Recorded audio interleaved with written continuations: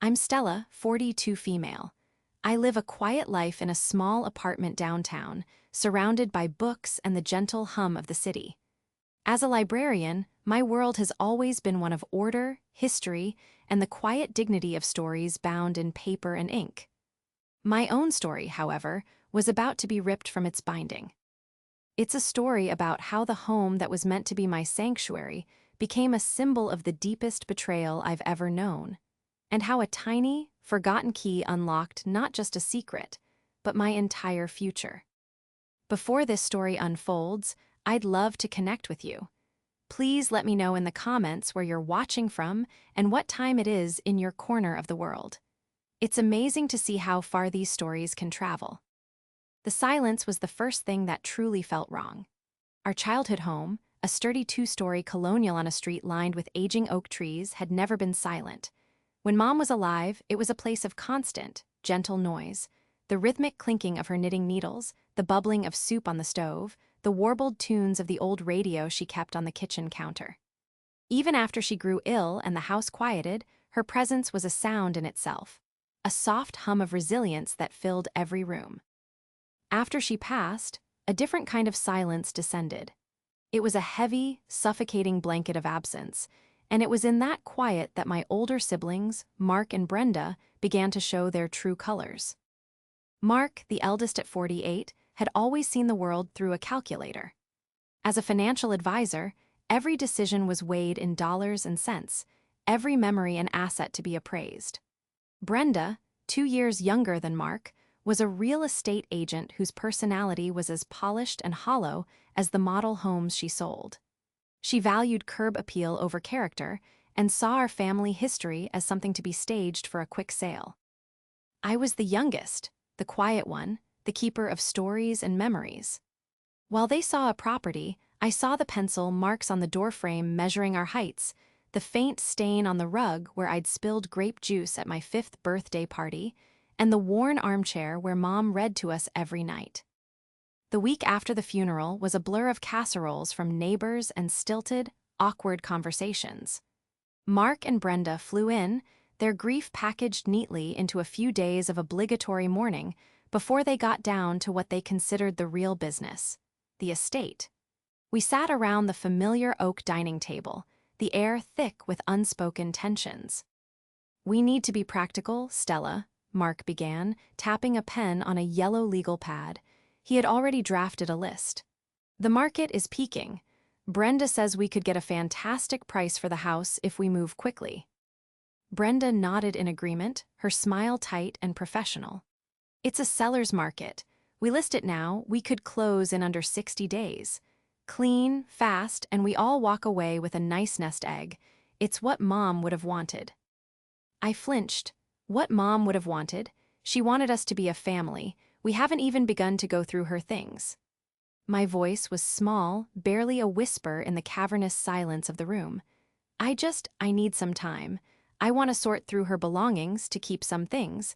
The house is all I have left of her." Mark sighed, a long, impatient sound that he had perfected over the years. "Stella, it's just stuff. Holding on to old junk isn't going to bring her back. It's not healthy to dwell. The best thing for all of us is a clean break." "It's not junk to me," I countered, my voice gaining a little strength. "Her books, her sewing box, the little porcelain birds she collected, they're memories. I don't care about the money. I just want a piece of her to hold on to." Brenda placed a cool hand on my arm. It was meant to be comforting, but it felt like a restraint. "Of course, sweetie. We'll make sure you get some photos. Mark and I can handle the rest. It's too much for you to deal with in your emotional state." Her condescension was a sharp, painful jab. My emotional state was called grieving, a process they seemed determined to skip over as if it were an inconvenient pothole on the road to profit. They spoke about my grief as if it were a temporary illness I needed to recover from, rather than the new, permanent landscape of my heart. Over the next few days, they operated with chilling efficiency. Mark made calls to accountants and lawyers. Brenda took photos of the house, discussing staging options and minor repairs that would boost the sale price. They moved through our mother's home like developers surveying a new property. their voices echoing in the empty hallways as they talked about square footage and closing costs. I tried to intervene, to assert my desire to be part of the process. "I can come by next weekend," I offered one evening over the phone. "I can start in the attic. Mom kept all the old photo albums up there." "No need," Mark said briskly. "Brenda and I have it covered. We're hiring a professional estate clearing service. They're much more efficient. They'll sort everything, appraise anything of value, and dispose of the rest. Saves us the headache." "Dispose of the rest?" I was horrified. "Mark, you can't just throw away her life. What about her letters, her clothes, the quilt she was making for me?" "Stella, be realistic," he said, his voice laced with that familiar tone of superiority. "It's a huge job. We don't have time to sift through every scrap of paper. The service knows what to look for. Anything valuable will be sold, and the proceeds will be added to the estate. It's the fairest way to do it." Fairest? To them, fairness was a three-way split of the cash. To me, fairness would have been the chance to sit on the floor of my mother's closet, hold her favorite sweater, and cry until I had no tears left. It would have been the chance to find the letters my father wrote her from overseas, to keep the worn copy of Pride and Prejudice she'd read 100 times. They weren't just denying me keepsakes, they were denying me the right to grieve in my own way, in the only place that still felt like her. The final conversation was the one that broke me. I called Brenda, pleading with her one last time. "Please, Bren, just one weekend. Let me go through the house by myself before the clearing service comes. I won't take much, I promise." There was a long pause on the other end of the line.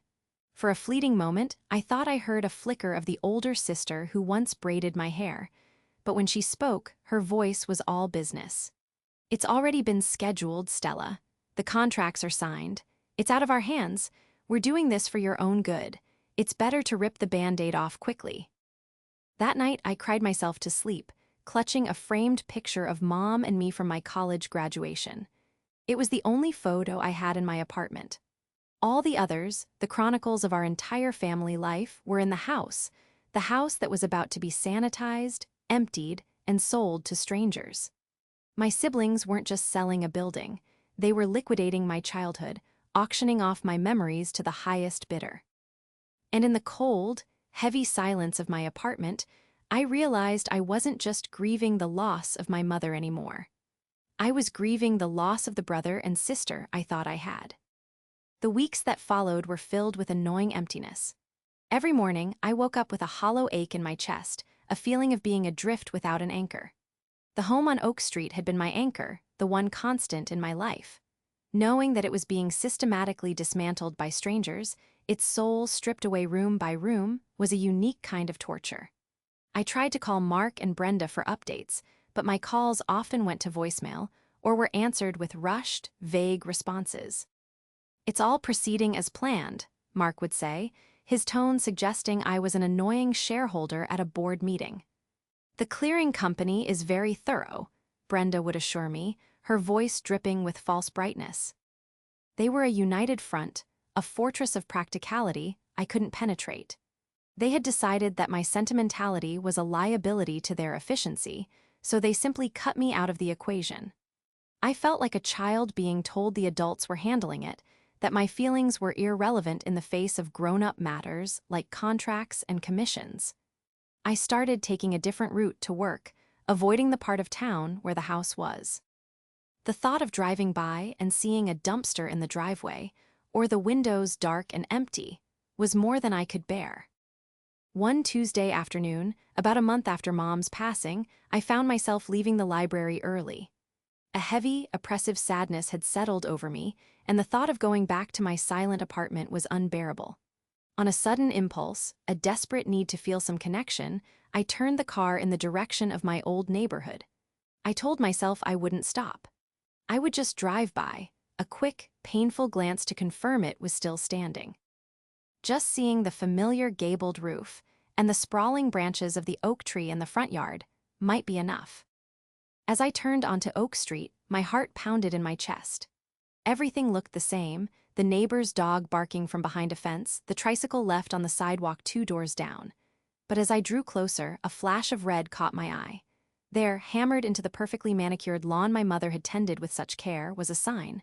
A bright, garish, horribly cheerful sign. It read, "For sale." And underneath, in bold, confident letters, was the name of the agency, Brenda Miller Realty. The air left my lungs in a single, painful gasp. I pulled the car over to the curb, my hands shaking so violently I could barely put it in park. A deal between siblings. This wasn't just a sale, it was a partnership. Brenda wasn't just an executor, she was the agent, poised to make a commission off the sale of our mother's memories. The sheer, calculated callousness of it was staggering. They hadn't just moved fast, they had conspired. While I was pleading for a chance to look through old photo albums, they were signing listing agreements. My grief morphed into a cold, hard knot of anger in my stomach. I fumbled for my phone, my fingers clumsy with rage, and dialed Mark's number. He answered on the second ring, his voice brisk and businesslike. "Mark speaking." "You put the house up for sale," I said, my voice flat and devoid of emotion. It was an accusation, not a question. "Stella, yes, we did," he replied, without a hint of apology. "Brenda got the listing up this morning. We've already had 3 inquiries. The market is red hot, just like she said." "You didn't tell me. You let me believe you were just clearing it out. Brenda is the agent." "Of course," he said, as if it were the most obvious thing in the world. "Why pay a commission to a stranger when Brenda can handle it? It makes perfect financial sense. We keep the money in the family." "In the family?" I laughed, a bitter, broken sound. "There is no family, Mark. There's you and Brenda, and then there's me, the person you completely shut out. What happened to everything inside? What happened to Mom's things?" There was a brief pause. "The clearing service finished up last week," he said, his tone softening slightly as if he sensed he might have pushed too far. "They did a great job. The house is completely empty, professionally cleaned. It looks fantastic. Look, Stella, Brenda and I saved a box for you. Some of the old photo albums, a few little trinkets, we thought you'd like those. Brenda can drop it off at your apartment tomorrow." A single box. My mother's entire life, her passions, her history, her legacy, had been condensed into a single, sterile cardboard box, curated by the same people who saw her home as nothing more than a line item on a spreadsheet. The trinkets they'd saved were an afterthought, a token gesture to placate the overly emotional little sister. "You had no right," I whispered, the anger draining away, leaving only a profound, bottomless sorrow. "You had no right to erase her like that without me." "We had every right," Mark's voice was firm again, the brief flicker of sympathy gone. "We are the co-executors of the estate. We are doing what is necessary and what is smart. It's time to move on, Stella. It's what she would have wanted." He hung up before I could reply. I sat in my car, staring at the FOR sale sign, at Brenda's smiling, professional headshot in the corner. They had made a deal. They had decided my grief was an inconvenience, my memories worthless, and my connection to our mother an obstacle to their financial gain. They hadn't just sold a house. They had sold me out, and they had done it with the cold, clean efficiency of a business transaction. As I watched a couple slow their car to look at the house, a potential buyer seeing their future where my past had just been erased, I felt the last remnants of my familial love die. In its place, something new and unfamiliar began to grow, a quiet, resolute determination. They thought they had taken everything. They were wrong. 2 days later, Brenda appeared at my apartment door. She was dressed in a sharp blazer and tailored pants, looking every bit the successful real estate agent. She held a medium-sized cardboard box in her arms, sealed with packing tape. Her smile was brittle, her eyes avoiding mine. "Here you go," she said, her voice unnaturally cheerful. "We made sure to pull aside the most important things for you, all the photo albums from the living room bookshelf." She thrust the box into my hands. It felt lighter than I expected, insultingly light. It was the weight of an afterthought. I looked from the box to her face, searching for any sign of remorse, any crack in her polished facade. I found none. "Was there anything else?" I asked, my voice barely audible. Mom's jewelry box, the letters from Dad. Brenda shifted her weight, suddenly looking uncomfortable. Oh, the clearing service handled all of that. Anything of monetary value was appraised and will be sold. The proceeds go into the estate, remember? It's the fairest way, Stella. We can't start picking and choosing sentimental items. It would get too complicated. Complicated? That was their word for love, for memory, for anything that couldn't be quantified on a spreadsheet. I simply nodded, unable to form the words to express the depth of my hurt. She took my silence as acceptance. Great, well, I have to run. Showing the house in 20 minutes, we've had so much interest. It's going to go for well over asking, she said with a triumphant gleam in her eye. She gave my shoulder a quick, dismissive pat and turned, her heels clicking down the hallway. I closed the door and leaned against it, the box feeling cold. In my hands, I carried it to my small living room and set it on the floor, staring at it as if it were a bomb. For hours, I couldn't bring myself to open it. It felt like a final insult, a consolidated package of their disregard for me and for our mother's memory. Finally, as dusk settled outside my window, I knelt on the floor and sliced through the tape with a kitchen knife. Inside, just as Brenda had said, were the photo albums. 6 of them, their fake leather covers worn at the edges. I pulled them out one by one, my heart aching. These were the generic albums, the ones that held school pictures and posed holiday photos. The real treasures, the loose, candid snapshots Mom kept in shoeboxes in her closet, were gone.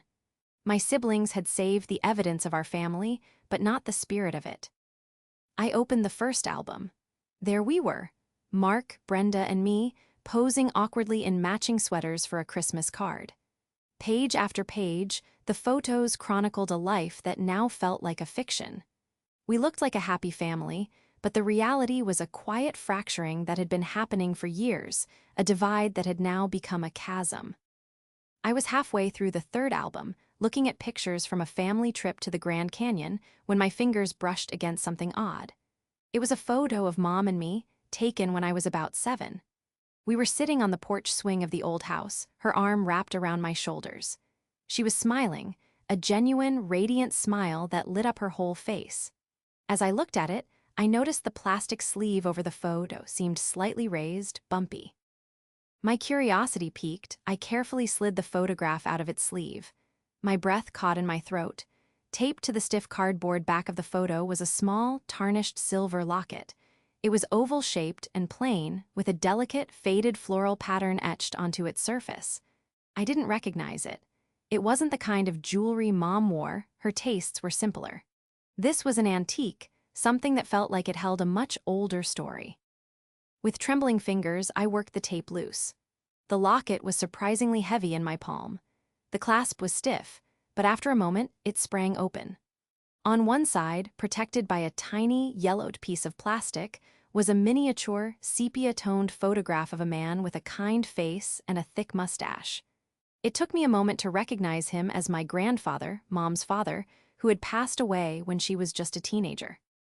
The other side of the locket was empty. It was just a hollow space with a smooth, brass-colored metal backing. I felt a pang of disappointment.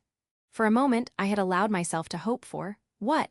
A hidden message? A final secret? It was just an old piece of jewelry my siblings had missed. I was about to close it when I noticed something. The brass backing didn't sit perfectly flush with the silver frame. There was a tiny, almost imperceptible gap along one edge. My heart began to beat a little faster. I found a sewing pin in a cup on my desk and used the tip to gently pry at the edge of the backing. It resisted for a second, then popped loose. It wasn't a solid backing, it was a tiny, concealed lid. And underneath it, nestled in the small, hidden compartment, were 2 things. The first was a tiny, old-fashioned key, the kind with a circular head and a slender, cylindrical shaft. It looked like something that would open a music box or a diary. The second was a minuscule slip of paper, folded into a tight, neat square. I carefully unfolded it. On the brittle, aged paper, written in my mother's familiar, elegant cursive, was a single number, 742. I stared at the key and the number, a jolt of adrenaline cutting through my grief. This was not an accident. The placement, the hidden compartment, the deliberate taping to a photo of just the two of us, it was a message. A secret left only for me. My siblings, in their rush to liquidate our mother's life, had saved the one thing she had never intended for them to find. The box they had given me as a paltry consolation prize now held a promise. It was a key to something, and as I closed my hand around it, I felt the first flicker of hope I'd felt in weeks. My mother had left me one final story, and I was determined to find out how it ended. The small, cold key felt like a brand in my palm. 742. It could have been anything, a post office box, a locker number, a page in a book. But the weight and design of the key felt specific, important. It felt like it belonged to a bank. My mind immediately went to the old downtown branch of Sterling National, a grand, granite-faced building that had stood on the corner of Main and Elm for over a century. Mom had banked there her entire life, a loyalty that Mark always scoffed at, calling it inefficient and outdated. He had moved all of her main accounts to his modern, high-tech investment firm years ago. But what if she had kept something for herself at the old place? The next morning, I called in sick to the library. The thought of spending the day shelving books and maintaining quiet order felt impossible when my own world was in such disarray. With the locket tucked safely in my purse, I drove downtown, my stomach churning with a mixture of nerves and a strange, unfamiliar sense of purpose. The bank's interior was just as I remembered from my childhood: soaring ceilings, marble floors, and the quiet, respectful hush of old money. I approached a polished wooden desk with a plaque that read Eleanor Vance, branch manager. Mrs. Vance was an older woman with kind eyes and perfectly coiffed silver hair. "How can I help you, dear?" she asked, her voice warm. I took a deep breath and laid the key and the slip of paper on her desk. "My mother, Eleanor Hayes, recently passed away," I began, my voice steadier than I expected. "I found this among her things. I believe it might be for a safe deposit box here."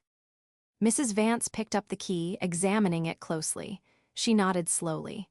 "It certainly looks like one of ours, and the number, 742, let me check our records." She turned to her computer, her fingers clicking methodically on the keyboard. A minute stretched into an eternity.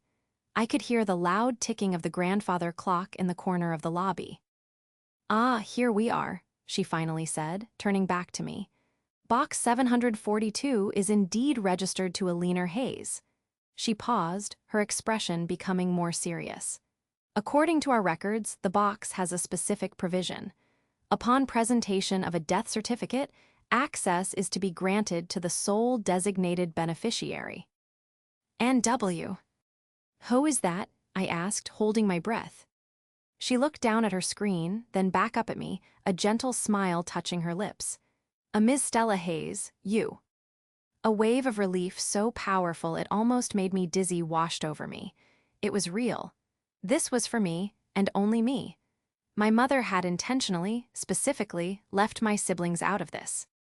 "The records also show," Mrs. Vance continued, "that your mother paid the lease on this box for the next 20 years just last year. She was a very thorough woman." The bank's protocol required a copy of the death certificate, which I had with me, and my own identification. After a few minutes of paperwork, Mrs. Vance stood up. "If you'll follow me, Ms. Hayes." She led me through a heavy, circular steel door into the vault. The air was cool and still, smelling faintly of metal and old paper. The walls were lined from floor to ceiling with thousands of gleaming metal boxes, each with a number and 2 keyholes. It was an intimidating sight, a library of secrets. Mrs. Vance walked down an aisle and stopped in front of a small, unassuming box near the bottom. The number 742 was engraved on it. "We will use my master key here," she explained, inserting a long, silver key into one lock, "and your key here." She motioned for me to insert my key. It slid in smoothly, a perfect fit. I turned it, and with a satisfying click, the lock disengaged. Mrs. Vance pulled out a long, narrow metal container and handed it to me. "The viewing rooms are just this way. Please take all the time you need." She showed me into a small, private room furnished with only a table and a chair, and closed the door behind her, leaving me alone with the box. It felt heavier than it looked, weighted with more than just its contents. It was weighted with intention, with secrets, with my mother's last act of love and protection. My hands trembled as I lifted the lid. I wasn't sure what I was expecting. Jewelry, old cash, family heirlooms, but it was none of those things. The box was filled, almost to the brim, with documents. Neatly organized stacks of papers, bound with rubber bands and labeled in Mom's precise handwriting. On the very top was a large, sealed manila envelope with a single word written on the front, Stella. I carefully broke the seal and pulled out a thick sheaf of papers. The top page was a letter, several pages long, written on her favorite cream-colored stationery. Underneath it was a formidable-looking legal document. I glanced at the title, and the words seemed to leap off the page. The Aliner Hayes Revocable Living Trust. My eyes scanned the first few paragraphs, my brain struggling to process the legal terminology. But some phrases stood out with stunning clarity. The primary asset, the property located at 124 Oak Street. And the sole lifetime beneficiary, my daughter, Stella Hayes. I put the legal document aside and picked up her letter. "My dearest Stella," it began. "If you are reading this, it means the worst has happened, but it also means my plan has worked. You found the key. I knew you would.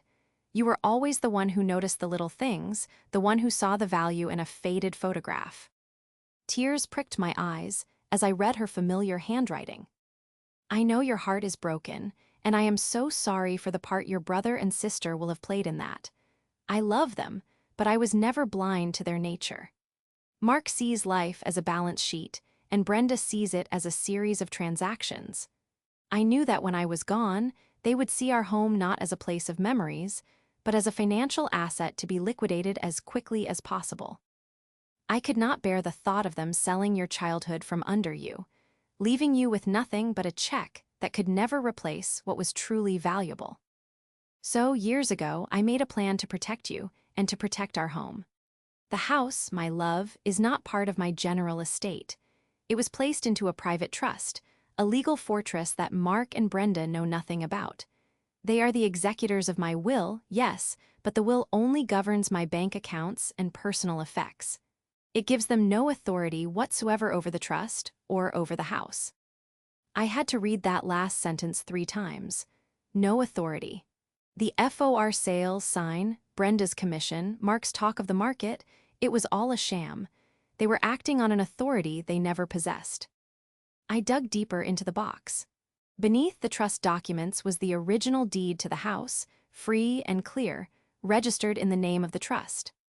There were official appraisal documents for several pieces of antique furniture: the grandfather clock in the hall, the cherry wood dining set, our mother's roll-top desk, that Mark and Brenda had likely allowed the clearing company to sell for pennies on the dollar. And at the very bottom of the box, there was a stack of stock certificates for a modest but solid portfolio of blue-chip stocks, also registered to the trust. My mother hadn't just saved the house for me, she had left me a foundation. Security, independence. It was a comprehensive, brilliantly executed plan, conceived in love and hidden behind a secret panel in an old locket. I sat back in the chair, the letter clutched in my hand, the quiet hum of the vault's ventilation system filling the silence. The grief for my mother was still there, a deep and enduring ache. But now it was mingled with a profound sense of awe and a rising tide of righteous fury. My siblings thought they had won. They thought they had finalized their deal. But they had no idea that our mother had already made a deal of her own, one that was about to render theirs completely and utterly void. I spent what felt like hours in that small, sterile viewing room, piecing together the full scope of my mother's foresight. Each document in the box was a testament to her quiet intelligence and her fierce, protective love. The trust was her masterwork, a legal shield she had forged years ago with the help of a man I hadn't thought about in a very long time, Mr. Harrison. Arthur Harrison had been our family's lawyer for as long as I could remember. He was a kind, steady presence, a man with a gentle demeanor that belied a razor-sharp legal mind. After my father passed, he had helped Mom navigate the complexities of her finances, and I remembered she always spoke of him with immense respect and trust. The legal documents for the trust were all signed and stamped by his firm. He wasn't just the drafter. The papers named him as the sole, independent trustee, the legal guardian of the trust's assets. He was the key to everything. I left the bank with the contents of the box secured in my briefcase, my mind racing. The shock and awe were slowly giving way to a cold, clear sense of purpose. This wasn't just about getting the house back. It was about honoring my mother's last wish. It was about ensuring that the greed of my siblings did not get the final word. Back in my apartment, I found Mr. Harrison's number in an old address book. My heart hammered as I dialed, praying he was still practicing. A calm, professional voice answered. "Harrison and Sons, how may I direct your call?" "I'd like to speak with Mr. Arthur Harrison, please," I said. "My name is Stella Hayes. I'm Alina Hayes's daughter." There was a brief pause. "One moment, Miss Hayes." A moment later, a familiar, gentle voice came on the line. "Stella, my goodness, I was so very sorry to hear about your mother. She was a wonderful woman." "Thank you, Mr. Harrison," I said, my voice thick with emotion. "She thought very highly of you too. That's why I'm calling. I think she left me something she wanted me to talk to you about." "Ah," he said, and I could hear a faint smile in his voice. "Box 742, I presume." The relief was instantaneous. He knew. "You knew about it all along." "Of course, my dear," he said kindly. "Your mother and I set up the trust over a decade ago. Her instructions were very specific. I was not to speak of it to anyone. I was simply to wait. She said that if the time ever came, the right person would find the key. She had immense faith in you, Stella." Tears streamed down my face, silent and hot. For weeks, I had felt so alone, so powerless. But my mother had never left me alone. She had left me a guardian, an ally who was waiting in the wings for my call. I quickly explained everything that had happened since her passing. The way Mark and Brenda had shut me out, the estate clearing service, the FOR sale sign on the lawn. Mr. Harrison listened patiently, his silence punctuated by an occasional, grim-sounding "I see." When I finished, he let out a long, weary sigh. "I am not surprised, but I am deeply disappointed in them," he said, his voice losing its gentle tone and taking on a hard, legal edge. "What they have done is not just morally reprehensible, Stella. It is illegal. As co-executors of your mother's will, they are bound by fiduciary duty. By attempting to sell an asset that was not part of the estate, they have overstepped their authority and committed a form of fraud." "What can we do?" I asked, my voice trembling with a mixture of anger and hope. "They have a buyer. They told me they're closing soon." "They can sign whatever papers they like," Mr. Harrison stated firmly. "They are attempting to sell a property they do not have the legal title to. The deed is held by the trust. Any sale agreement they have entered into is null and void. We need to act quickly, however, to prevent further complications for the innocent buyers." He asked me to bring all the documents from the safe deposit box to his office the following morning. He laid out the plan with calm, methodical precision. First, he would file a notice of lease pendens on the property, a public notice of a pending lawsuit that would immediately halt any sale. Second, he would send a cease and desist letter to Brenda's brokerage, informing them that the listing was fraudulent. Third, and most importantly, he would call a meeting. "It is time to read your mother's true will," he said, the gravity in his voice sending a shiver down my spine. "Mark and Brenda have been operating under the assumption that the simple will they filed with the probate court was the final word. It is time for them to be educated." The next morning, I met with Mr. Harrison in his book-lined office. He reviewed the documents from the box, nodding in satisfaction. "Alina was brilliant. This trust is ironclad. She structured it so that you are taken care of for life without your siblings ever being able to touch the principal assets." He explained the terms in plain English. I was the lifetime beneficiary, meaning I had the right to live in the house, rent-free, for the rest of my life. The trust would pay for the property taxes, insurance, and major repairs out of the income generated by the stock portfolio. I could not sell the house, but I would never have to worry about its upkeep. The antique furniture and artworks listed in the trust were to remain in the house, preserved as part of the trust's assets. Upon my death, and only then, would the trust be dissolved and all its assets, including the house, sold, with the proceeds to be divided equally among any surviving heirs, me, Mark, and Brenda, or our children. She didn't cut them out completely, I murmured, amazed at her capacity for fairness, even in the face of their predictable greed. No, Mr. Harrison said. She was not a vindictive woman. She simply wanted to ensure that the home she loved was passed down to the child who loved it in the same way. She wanted to give you a home, Stella, not a payout. As I left his office that day, I felt like a different person. The grief was still there, a constant companion, but it was no longer a crushing weight. My mother's love, channeled through her meticulous planning, had given me strength. Mark and Brenda thought they were in the final stages of a profitable business deal. They had no idea they were about to walk into a legal ambush, one that had been carefully laid for them more than 10 years ago by the very woman whose memory they had so callously monetized. The stage was set for a final reading, and I knew, with absolute certainty, that this was one story that would not end the way my siblings had written it. Mr. Harrison's official letter requesting their presence arrived at my siblings' homes 2 days later. It was brief and formal, stating only that a meeting was required at his office to discuss unresolved matters pertaining to the final distribution of the Alina Hayes estate. It was a masterful piece of bait. The mention of final distribution would be irresistible to them, signaling the imminent arrival of their payout. They agreed to a meeting on Friday afternoon. I arrived at Mr. Harrison's office early, my heart a nervous drum against my ribs. He greeted me with a reassuring smile and led me into a large, intimidating conference room dominated by a long mahogany table. I took a seat on one side, placing my briefcase beside me. Mr. Harrison sat at the head of the table, a neat stack of files in front of him.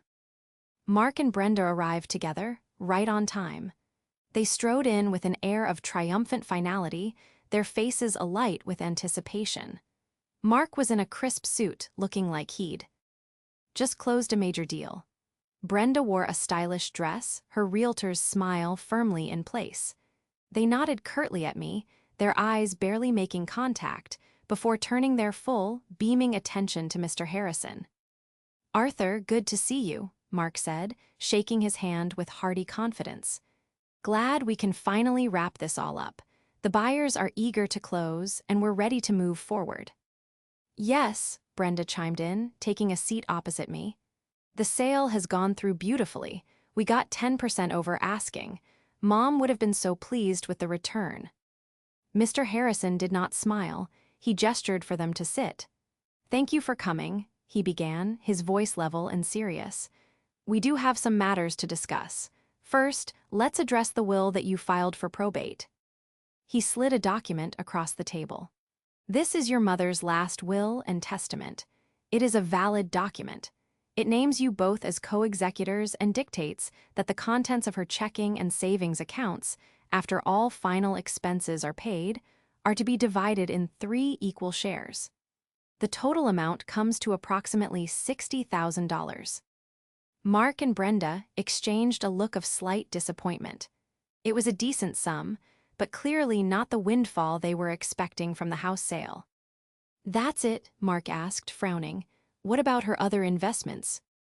"That sum constitutes the entirety of the assets governed by this particular will," Mr. Harrison said calmly. "Well, it doesn't matter," Brenda said with a dismissive wave of her hand. "The real value is in the house. Once that check clears, we'll all be very comfortable." Mr. Harrison folded his hands on the table and looked at them, his gaze direct and unwavering. "And that is the primary unresolved matter we are here to discuss: the house."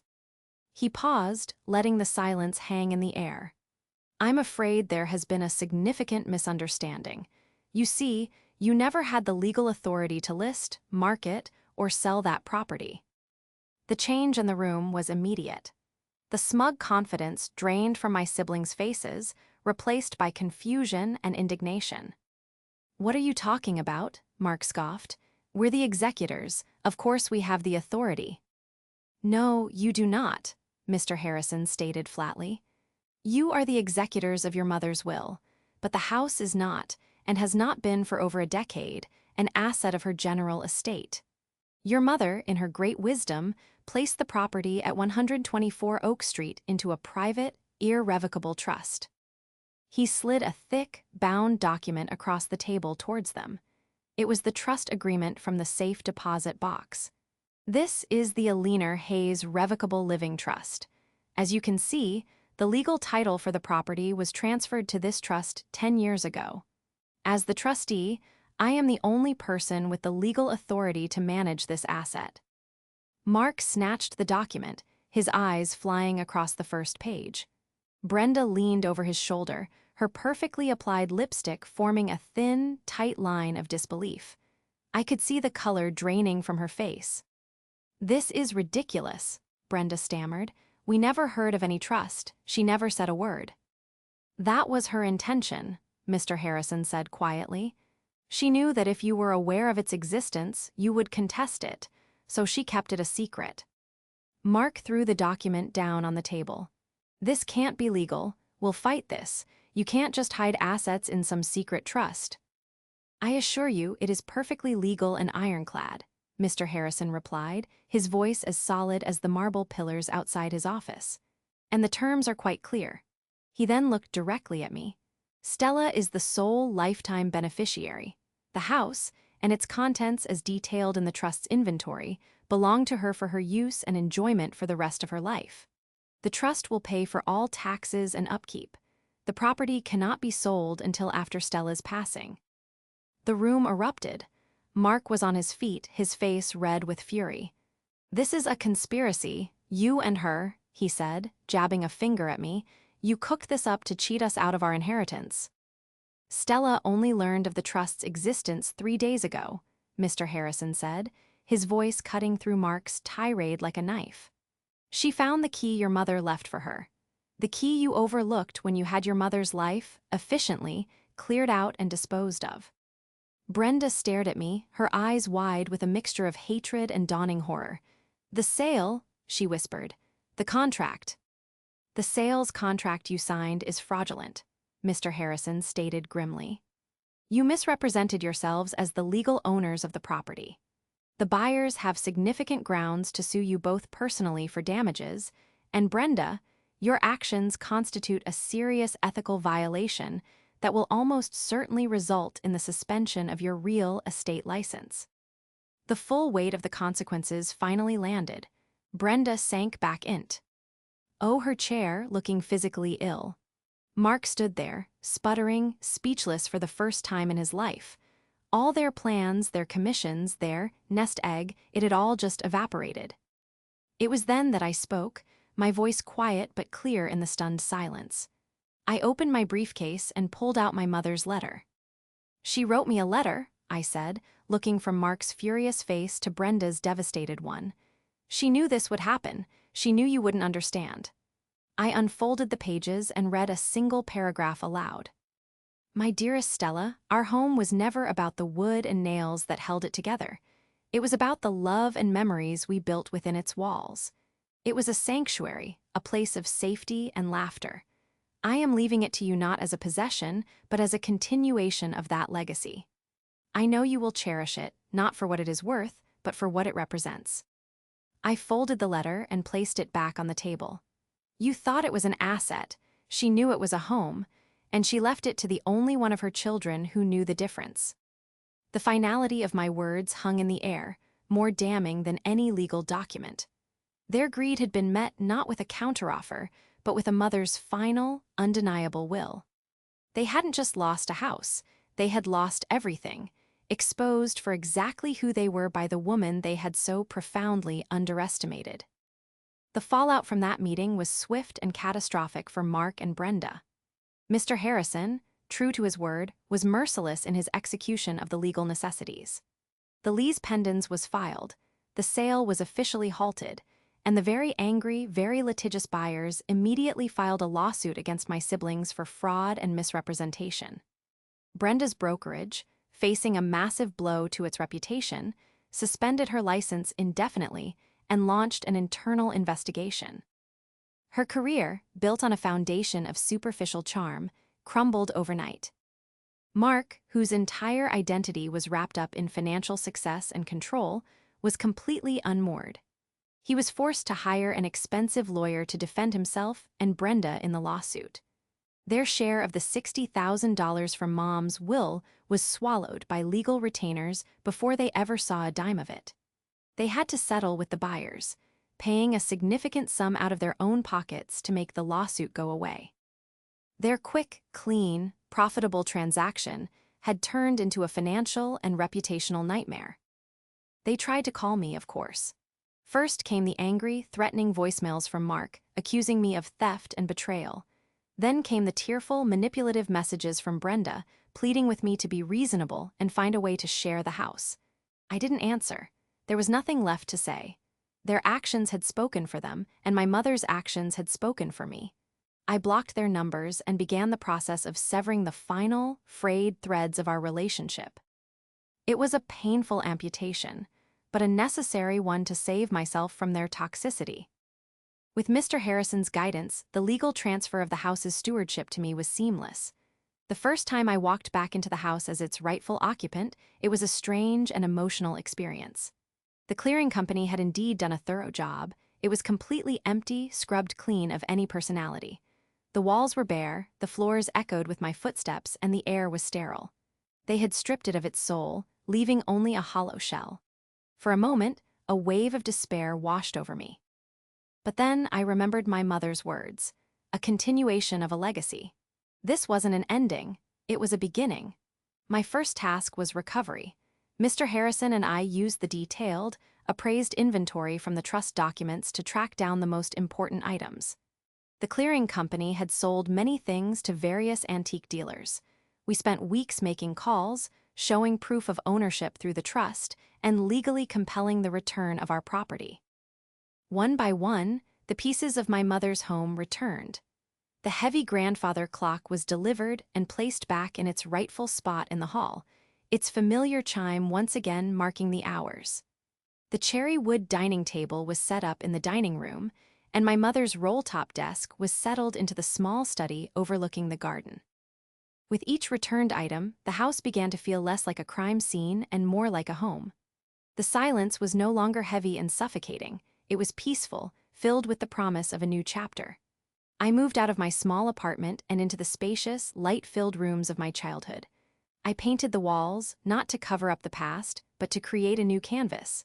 I filled the bookshelves with my own books, alongside the treasured classics of my mother's that I'd managed to recover. I started tending to the garden, just as she had, finding a quiet joy in coaxing roses and hydrangeas from the ear. I adopted a cat from the local shelter, a fluffy calico whose playful energy filled the once silent rooms with life. The house slowly, surely, became mine. It was a sanctuary, just as my mother had intended. Months turned into a year. I heard through the grapevine that Brenda had moved to another state to try and start over, her career here in ruins. Mark had become bitter and withdrawn, his financial losses a constant source of anger. Our family was irrevocably broken, a casualty of their own greed. I mourned the loss of the siblings I wished I had, but I found peace in the family I was creating for myself within the four walls of my home. One sunny afternoon, I was sitting on the porch swing, the same one from the photograph where my mother had hidden the locket, with a cup of tea and a book. The oak trees rustled in the breeze, and the scent of freshly cut grass filled the air. I looked at the house, my house, and felt a profound sense of gratitude.